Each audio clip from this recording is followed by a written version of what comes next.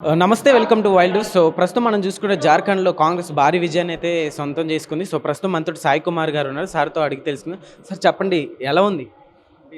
ఇది ప్రజా విజయం.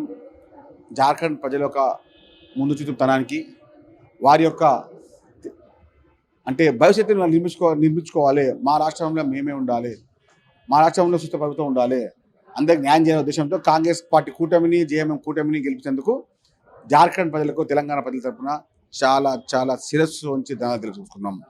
సార్, ఇప్పుడు జార్ఖండ్లో చూసుకుంటే కాంగ్రెస్ ముందంజలో ఉండి ఆల్రెడీ 51 వరకు వెళ్ళింది. సో మహారాష్ట్రలో చూసుకుంటే కొంచెం పెద్ద రాష్ట్రం అయినప్పటికీ కొంచెం వెనకబడిపోయింది. సో దాన్ని ఎలా చూస్తారు సార్? అంటే ఏమవుతుందంటే, ఇప్పుడు బీజేపీ అరాచకత్వానికి ఐడి కార్డు తయారవుతుంది. అధికారం ఉందిగా అని చెప్పి అరాచకత్వం చేసుకుంటూ ప్రభుత్వాలను కూల్చేసి ఏదో ఒకటి సాధించే విధంగా ఉన్నారు. అలాంటి క్రూరత్వానికి కాంగ్రెస్ పార్టీ ఇప్పుడు పాటుపడదు. కాంగ్రెస్ పార్టీ ఎప్పుడు న్యాయబద్ధంగా పనిచేసే ఒక పార్టీ, ప్రజా తీర్పు కోరుకునే పార్టీ. ప్రజా తీర్పు కోరుకోకుండా మేము డబ్బు వెళ్తాం, మేము పోలీసు యంత్రాంగం ఉపయోగిస్తాం, మేము రౌడీజాన్ని ఉపయోగిస్తాం, మా యొక్క అధికార దర్పాన్ని ఉపయోగిస్తామని చెప్పి ఏదో చేసే బీజేపీ పార్టీ కాదు కాంగ్రెస్ పార్టీ. అధికారం ఉన్నా లేకుండా మేము ప్రజల పక్షంగా ఉంటాం, ప్రజలతో పోరాటం చేస్తాం, ప్రజల పక్షం ఉంటాం కూడా, ఉండబోతాం కూడా. కానీ బీజేపీ పార్టీ మాకు అధికారం పోతుందని చెప్పి అధికార దాహంకి తీర్చుకోవడానికి డబ్బును ప్రయోగించి, మన అదేవిధంగా అధికారం ప్రయోగించి, ఈసీని ప్రయోగించి, ఈడీని ప్రయోగించి, ఐడీని ప్రయోగించి ఎన్నో ఇబ్బందులు చేసినా కూడా ఆయనకి తీర్పు రాలేదు. కాంగ్రెస్ పార్టీ మెరుగైన పద్ధతులు లాభం జరుగుతున్నాయి. కానీ దేశ భవిష్యత్తుకి బీజేపీ ఆటంకం. ఈ అరాచకాన్ని మనం ఆపాలి కూడా. దేశంలో బీజేపీ ప్రభుత్వాన్ని తరిమడకపోతే భారతదేశానికి, భారత ప్రభుత్వానికి చాలా అపజపాలైపోతుంది. ఇండియా కూటమిని ఆదరిస్తున్నారు, కానీ కొన్ని చోట్ల ఇబ్బంది ఏర్పడితే అయినా కూడా దాని యొక్క విషయాన్ని మేము మన పునరుద్ధరణ చేసుకుందాం, ఎట్లా ముందుకు ప్రయత్నిస్తుంటాం. ఓకే సార్, ఇప్పుడు తెలంగాణలో చూసుకుంటే ఇప్పుడు ఇచ్చిన హామీలకు కావచ్చు, సో ఇవన్నీ పార్టీ కార్యాచరణ ఎలా ఉండిపోతుంది? ఇచ్చిన ప్రతి హామీ నెరవేరుస్తాం. మేము బూటకపు మాట్లాడే బీఆర్ఎస్ పార్టీ కాదు, కమిట్మెంట్తో ఉండే కాంగ్రెస్ పార్టీ. కాంగ్రెస్ అంటే కమిట్మెంట్ అంటే కాంగ్రెస్ పార్టీ.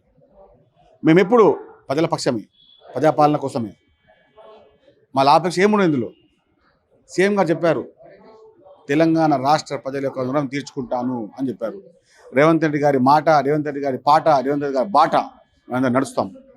ఆయన చెప్పిన ప్రతి మాటను మేము నెరవేరుస్తాం. మేము కాంగ్రెస్ పార్టీ కార్యకర్తలు చెప్తున్నాం, రేవంత్ రెడ్డి గారి ప్రభుత్వంలో మేము బాగా అయినందుకు ఆయన ప్రభుత్వం పనిచేసిన గొడవపడుతున్నాం. ఇచ్చిన మాట నెరవేర్చడానికి అప్పుల రాష్ట్రంలో కూడా తల మునుకలై ఎన్ని ఇబ్బందులు ఉన్నా ఇచ్చిన పథకాలని నెరవేర్చే విధంగా ముందుకెళ్తున్నాం, వెళ్ళబోతున్నాం కూడా. సార్, అయితే రీసెంట్గా మనం చూసుకుంటే కొండా సురేఖ గారు చేసిన వ్యాఖ్యలు కావచ్చు, హైడ్రా కావచ్చు, ఇవన్నీ కావాలని రేవంత్ రెడ్డి గారు పక్కదోవ పట్టించడానికి, ఇచ్చిన హామీల్ని పక్కన పెట్టడానికి ఇవన్నీ కావాలని చేయిస్తున్నారు అని విమర్శలు వస్తున్నాయి. సో ఏం చెప్తారు? అది విమర్శలు వాళ్ళ పని మంచుంటారు. విమర్శల విషయంలో లైట్ తీసుకోవాలి మీరు కూడా. వాళ్ళు రిజెక్టెడ్ పీపుల్స్, వాళ్ళు BRS party rejected peoples. Public వాళ్ళని బర్తరఫ్ చేసింది, బీజేపీని బర్తరఫ్ చేసింది రాష్ట్రం నుంచి.